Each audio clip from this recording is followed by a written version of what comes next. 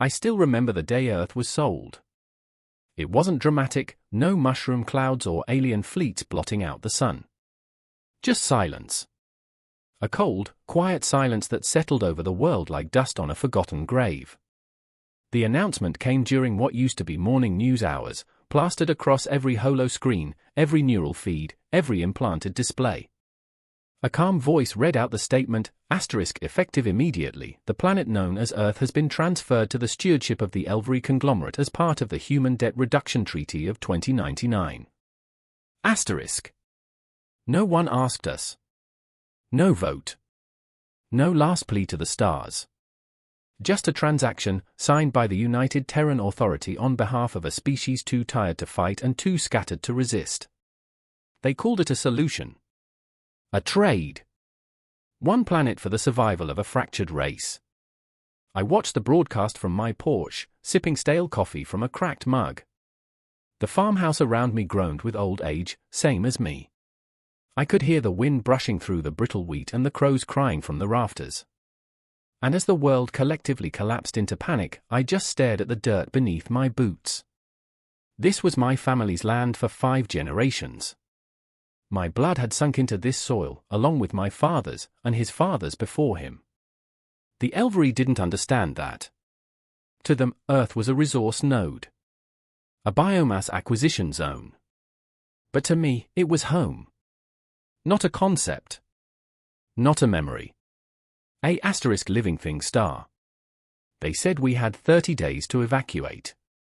That relocation ships would arrive soon, and any human who remained would be considered non-compliant. I didn't care. I wasn't going anywhere. If they wanted Earth, they'd have to take it from me. I watched them leave, ships the size of mountains, casting long shadows over the plains as they broke through the atmosphere in waves. Thousands of humans packed into each one like cargo. Families clutched each other, children pressed against viewports, gazing down at the only world they'd ever known. There was no cheering. Just the low, mechanical hum of departure and the heavy silence of goodbye. I stood alone, boots planted in the cracked soil outside the farmhouse, shotgun slung across my back more out of habit than threat. My brother's voice still echoed in my ears from the last vid call, you don't have to be a damn martyr, Jack. Just get on the ship. Start over. Start over where? In some orbital tinkan orbiting Proxima Centauri, working for rations while aliens monitored my dreams. No thanks. Even my old commander tried to talk sense into me. Colonel Brandt, hard as iron, but softer with age. Said the fight was over. Said we'd lost. I never signed any surrender. The Elvery arrived a week later. Their shuttle touched down in the pasture behind my barn, burning a perfect circle into the dry grass. They emerged like giant glass sculptures, all crystalline limbs and faintly glowing skin. They spoke in harmonics, filtered through translator drones. Their leader, tall and translucent, regarded me like a curiosity. You have not evacuated. Do you not understand the treaty? I understand just fine, I said, not moving. They didn't push it. Yet. Maybe they thought I'd eventually break. Maybe they thought the weight of silence would drive me off. But this place, these hills, the air, the scent of dying wheat, this was my line in the sand. They didn't know it yet, but I had just declared war. They thought I'd grow tired. That I'd pack a bag and vanish into the stars like the rest. But I wasn't built that way. I'd lived through mining collapses on Europa, lightning storms on Titan, and 2 wars back when humans still fought each other over scraps of territory. I didn't scare easy. And I didn't run. At first, I stayed hidden. Observing. Watching the Elvery swarm across the plains and cities like locusts in slow motion. They didn't destroy things with fire, they took them apart piece by piece, methodically. Entire forests were broken down into raw biomass and vacuum-packed into containment tanks. Oceans siphoned into gravity wells, leaving behind vast scars of dry, cracked earth. Cities were turned to dust, not in explosions, but with precision disassembly drones that broke concrete into elements. I couldn't just watch. I had to act. I started small, sliced a few power cables at a terraforming outpost near Omaha. Disabled a mapping drone in Texas. When they came to investigate, I was long gone, watching from high ground through dusty binoculars. Then came the Colorado dig site. The Elvery had drilled into the Rockies for something, heavy metals maybe, or ancient tech. I slipped into their camp under the cover of a storm. Planted charges on their coolant lines. When the core overheated, it triggered a localized fusion burst. The explosion lit up the sky for miles. 37 Elvery dead. That's when I stopped being a minor nuisance. I became a threat. They started calling me the last insurgent. Their patrols grew heavier. Their drones faster. But I knew the land better than they ever would. Every ridge, every gully, every cave, it was mine. I wasn't just surviving anymore. I was fighting back. I always believed Earth remembered. Not in the way people do, with thoughts or emotions, but with something deeper, an instinct, a memory embedded in its bones. And as I crawled through the ancient lava tubes beneath Yellowstone, I felt like I wasn't alone anymore. Something was here, waiting. The tunnel opened into a wide chamber lit faintly by bioluminescent moss, old geothermal lamps still flickering from a bygone era. At the center stood a rusted terminal embedded in stone, humming faintly with residual power. I wiped away the dust and ash and found a name blinking in faded green letters across the screen, **Cora**, kernel of resistance architecture. The system recognized my DNA before I could even speak. Human sovereignty confirmed, it said in a voice both mechanical and strangely maternal. Alpha Zero protocol activated. Awaiting directives. I didn't know what to say. I wasn't a general. I wasn't a leader. But I'd survived. I'd bled. That was enough. Cora had been left behind by early Earth defense networks, a last-ditch failsafe meant to awaken if alien control ever reached critical levels. It had access to hidden nanoforges, orbital beacons, weather control systems, and even subterranean drone caches that predated the Elvery's arrival by decades. Together, we began to build. Not just weapons, but a message, broadcasts laced into Elvery frequencies, warnings, and hope sent out to the colonies. I wasn't shouting into the void anymore. I was speaking to my people. And some of them started listening. Every time I hit an outpost, Cora amplified it. Every drone I hijacked, we reprogrammed to scout, not kill. Every inch of Earth we reclaimed, we mapped and fortified. I wasn't the last human anymore. I was the first line of resistance. It started as whispers. Static in the colonies, strange encrypted messages buried in mining reports and cargo manifests. Then the whispers turned into voices, clear, angry, defiant. People were listening. People were remembering.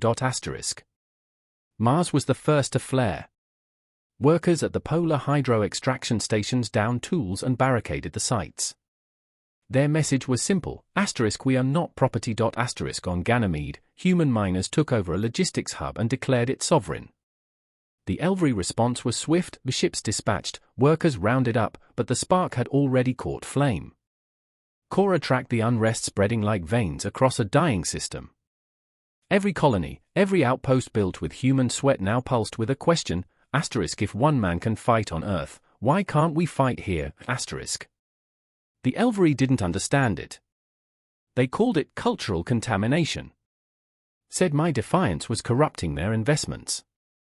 They tried to censor the broadcasts, jam the signals, but Cora evolved faster than they could adapt. I'd light up one frequency, and she'd fork a dozen more like roots under stone. Supplies began to arrive, coded pods from sympathizers hidden among the stars. Oxygen recyclers, carbon blades, encrypted maps, even food.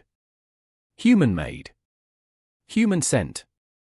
The Elvery declared Earth a war zone, placing an orbital exclusion perimeter and issuing a kill-on-site protocol for any unauthorized atmospheric entry. But even then, they couldn't keep up. Because I wasn't hiding anymore. I hit their outposts hard, precision strikes guided by Cora's data. Railguns buried in old dam systems. Explosives wired into reclaimed city grids. Guerrilla warfare at its most brutal. For every forest they stripped, I left their machines burning. For every field they poisoned, I planted mines instead. The Earth wasn't dead. It was waking up. And its children were coming home. They finally got serious when they sent the Zaan. Not machines. Not drones. But living weapons, engineered killers grown in vats on death worlds, shaped for one purpose: annihilation. 9 feet tall, their skin like obsidian armor, their breath laced with corrosive gas, claws that could shear through titanium. No mercy, no fear, no thoughts beyond the hunt. The Elvery didn't send them as a warning. They sent them to end me. They dropped 20 of them across the continent. I picked up their heat signatures from Cora's deep-scan satellites, each one carving a path of destruction, ripping through mountain passes and torn up cities. They moved fast. Too fast for traps. Too smart for basic lures. So I changed the rules. I drew them to the canyons, to the broken places where I knew the ground better than they ever could. I led them through echoing valleys filled with collapsing tunnels, shaped terrain into kill zones. I used weather patterns, seismic charges, and cloaked snare drones. I learned their patterns. I studied their weaknesses. And one by one, I killed them. It took a week of blood and fire. I shattered my left leg in a fall, lost hearing in one ear from a concussion blast, but I kept going. Pain didn't matter anymore. Earth had made me something else. Something savage. When I faced the last Zaan, I didn't kill it. I let it crawl, bleeding and broken, to the Elvery command shuttle. I made sure it could still see and speak. I wanted it to remember me and tell them what it had seen. Cora amplified the message: Earth is not unguarded. Earth fights back. Then the transmission came. An Elvery diplomat. A defector. And with her, a truth I wasn't ready for. The sale of Earth had been illegal. And I wasn't alone anymore. They came at dusk, just like I knew they would. The sky turned red, not from the setting sun but from the engine glow of hundreds of Elvery warships descending in coordinated formation. They covered the heavens like a second skin, blotting out stars. The orbital quarantine was over. They were here to finish it, to burn what was left and erase me from the soil. But I wasn't standing alone anymore.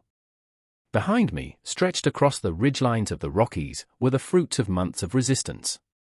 Cora's railguns, fused into old hydroelectric dams. Arc turrets hidden beneath the crumbled bones of Denver. Cloaked drone nests scattered across the forests like a million mechanical wasps. And there were others, dozens of humans who'd smuggled themselves back to Earth. Veterans. Engineers. Farmers. Survivors. Each one had chosen to return, not because it was safe, but because it mattered. The first volley lit up the night. Energy lances struck the ground, vaporizing entire hills. But Earth had teeth now. Our guns roared. Drones screamed into the sky. EMP bursts shredded their formation. The battle raged from mountain peak to desert basin, sky to soil, in a chaos of smoke and fire. I took a hit. Lost my right arm to shrapnel when a dropship exploded too close. Cora rerouted blood flow, gave me a shot of synthadrenaline, and I kept moving, firing, yelling commands into the comnet. And then, silence. The tribunal ships arrived in system, massive diplomatic carriers broadcasting lawful override signals. The Elvery fleets froze mid-attack. The truth spilled out. The treaty that sold Earth had violated 10 interstellar codes. Sanctions were immediate. The Elvery were forced to retreat. They offered me rulership, honors, parades. I turned it all down. I just rebuilt my father's porch. Earth was never for sale. Not then. Not ever.